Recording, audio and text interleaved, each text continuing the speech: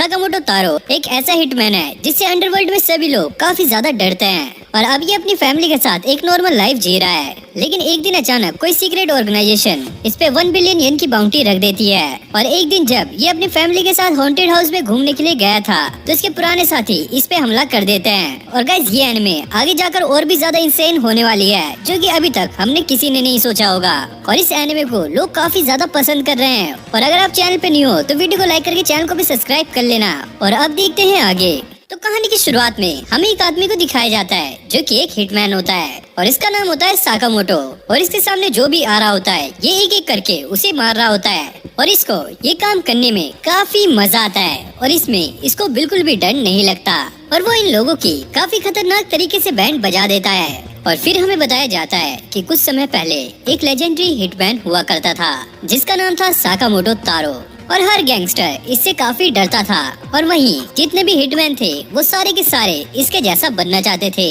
लेकिन एक दिन अपने हीरो की लाइफ में ऐश्वर्या आई और फिर इन दोनों के बीच में प्यार हो गया जिसके बाद इन लोगों ने फिर शादी भी कर ली और कुछ समय बाद इनकी एक बेटी भी हुई और इसने अपना हिटमैन वाला काम भी छोड़ दिया था और अब वो काफी मोटा हो गया है और अपनी एक छोटी सी दुकान में काम करता है। और एक दिन एक लड़का साकामोटो को ढूंढते हुए उनकी दुकान तक आ जाता है और इस तरफ साकामोटो एक बच्चे को निशाना लगाते हुए देख रहा होता है जो कि आए दिन उनकी शॉप पर आता रहता है। लेकिन तभी अचानक उस बच्चे के बैग से एक इंक की बोतल गिरती है जिससे कि एक आदमी की व्हाइट पैंट गंदी हो जाती है और इस बंदे को वो देखकर काफी ज्यादा गुस्सा आता है और तभी ये बंदा उस बच्चे को उठा लेता है और उसके एक जोरदार पंच मारने वाला होता है। तभी साकामोटो आकर उसका हाथ पकड़ लेता है और अपनी पेंसिल निकाल के उसकी गर्दन में घुसा देता है और उस बंदे का काम वहीं पर खत्म कर देता है। लेकिन वो ऐसा करता नहीं है, वो तो बस ऐसे करने की सोच रहा होता है जिसके बाद वो बंदा इस शॉप से बाहर चला जाता है और ये सब उस लड़के ने भी देख लिया होता है जो कि साकामोटो को ढूंढते हुए यहाँ तक आया था और उसे ये भी पता है कि साकामोटो उसे पेंसिल से मारने की सोच रहा था।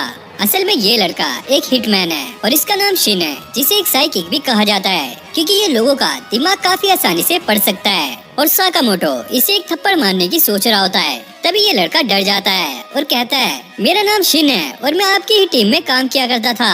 जिसके बाद ये लोग बात करने के लिए बाहर चले जाते हैं और शिन उससे पूछता है क्या आप सच में इस छोटे से स्टोर में काम करते हो।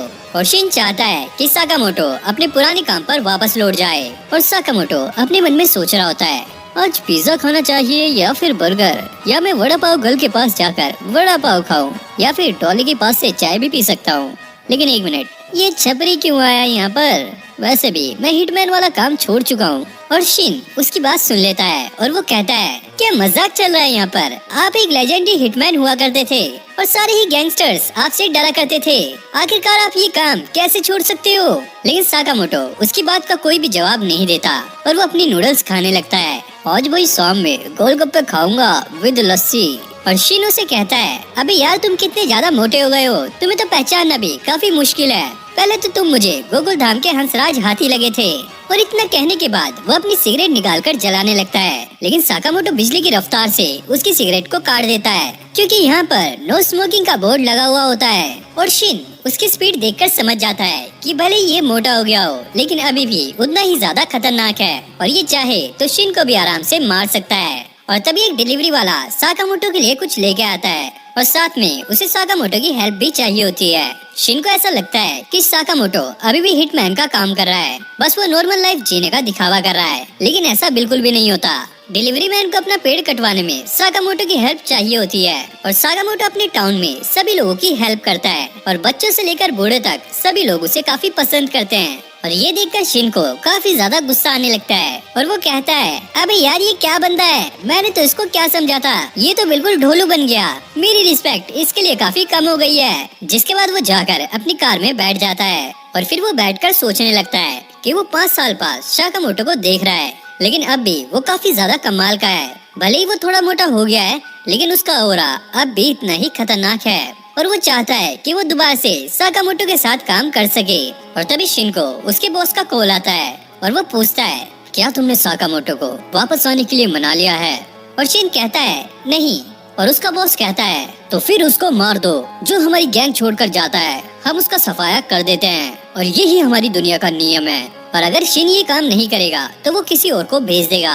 और शिन को असल में साकामोटो को मारने के लिए ही भेजा गया था, लेकिन वो ऐसा नहीं कर सकता क्योंकि वो साकामोटो का काफी बड़ा फैन है। और इतना सोचने पर शिन समझ जाता है कि उसे साकामोटो को मारना ही होगा, उसके पास और कोई ऑप्शन नहीं है। अगर वो ऐसा नहीं करेगा तो कोई और उसे मार देगा, तो इससे अच्छा यही होगा कि वो ही उसे मार दे।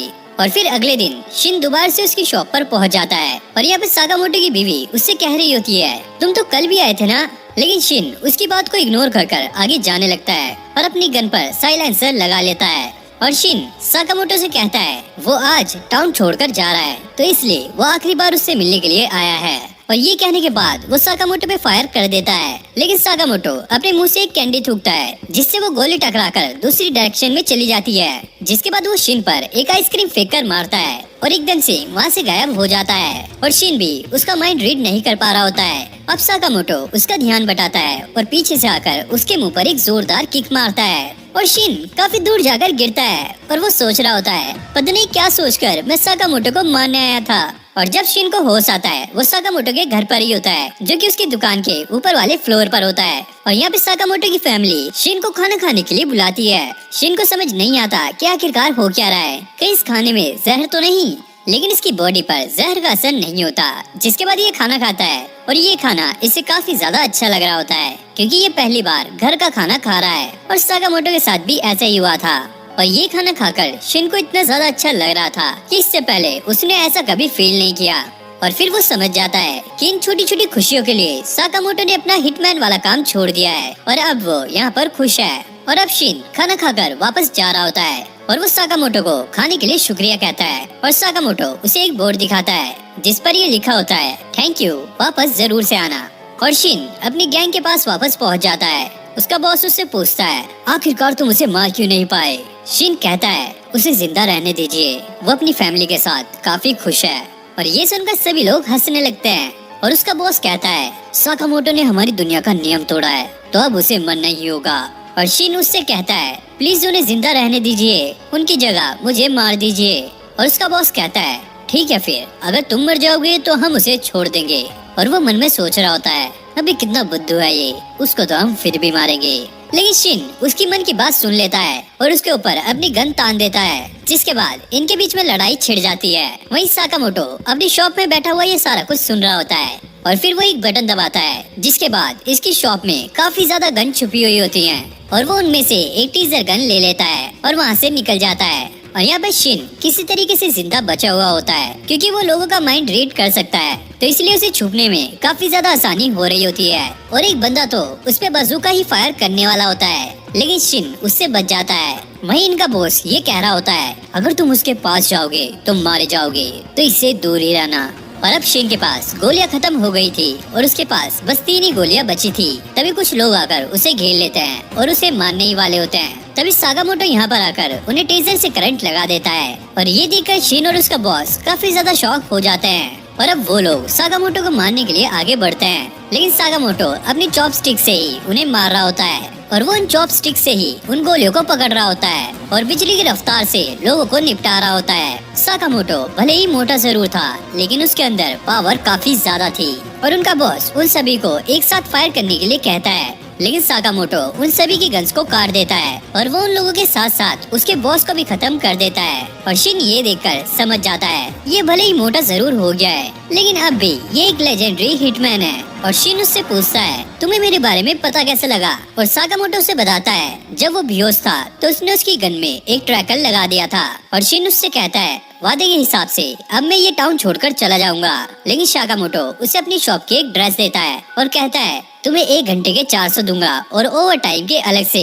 यानी कि साकामोटो उसे अपनी शॉप पर जॉब ऑफर कर रहा था, जिसके लिए वो मान जाता है और अगले दिन से ही उसकी शॉप पर काम करने लग जाता है। और वो देखता है कि रामेन के सभी कप साकामोटो ही खत्म करता जा रहा है। और वैसे रामेन किस कैरेक्टर की फेवरेट डिश है वो कमेंट में जरूर से बताना। देखता हूँ कि आपको एनिमे कितना पसंद है। और शिन अपने माइंड रीड की पावर से लोगों की हेल्प कर रहा था और साकामोटो की फैमिली को शिन काफी ज्यादा अच्छा लगता है। वहीं वो बच्चा शिन को बाहर खेलने के लिए कहता है, लेकिन शिन उससे कहता है, अभी मेरा काम खत्म नहीं हुआ है और मेरा ये काम पिछले काम से काफी अच्छा है। और वो बच्चा पूछता है, पहले आप कौन सा काम करते थे।